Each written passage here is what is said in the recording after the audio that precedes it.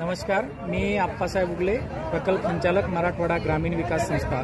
मराठवाडा ग्रामीण विकास संस्था औरंगाबाद, जालना, बीड आणि या जिल्ह्यामध्ये ऊसतोड कामगारांच्या सुरक्षित स्थलांतरणासाठी काम करते आणि या उपक्रमाअंतर्गत मराठवाडा ग्रामीण विकास संस्थेअंतर्गत ऊसतोड कामगारांना पर्यायी उपजीविका गाव स्तरावरती उपलब्ध व्हावी यासाठी प्रशिक्षण देऊन काही शेळी वाटप त्यांना करण्यात आलेलं आहे। प्रति ऊसतोड कामगार 3 शेळ्याचं वाटप केलेलं आहे। त्याचा उद्देश एवढा की त्यांनी पर्यायी उपजीविका गावस्तरावरती सुरू करावी आणि पर्यायी उत्पन्नाचे साधनं चालू करावे। यासाठी हा शेळी वाटपाचा कार्यक्रम आज इथे धारूर मध्ये हा शेळी वाटपाचा कार्यक्रम करण्यात आलेला आहे आणि याचबरोबर काही विविध उपक्रमही या उपक्रमाअंतर्गत घेतल्या जातात। धन्यवाद।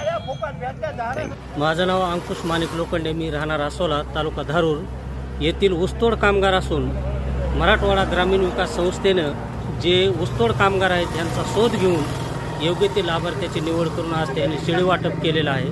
त्यापैकी मी एक लाभार्थी आहे आणि मला त्याने 3 शेळ्या दिलेल्या आहेत। त्यापैकी मी एक का होईना जास्त शेळी वाढवून माझ्या संसाराला हातभार लावेल। ग्रामविकास ह्या जी मराठवाडा ग्रामीण संस्थेने जी माझ्यावर जी मदत दिलेली आहे त्याबद्दल मी त्या संस्थेचे मनापूर्वक आभार मानतो।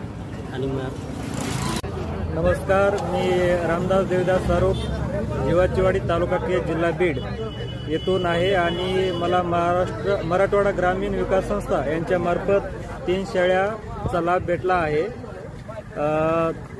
मी दरवर्षी ऊस तोडायला जातो आणि ह्या संस्थेमार्फत ऊसतोड कामगाराचा ऊस बंद व्हावा, तोडणी बंद व्हावी म्हणून ह्या संस्थेमार्फत हे उपक्रम राबवलेला आहे।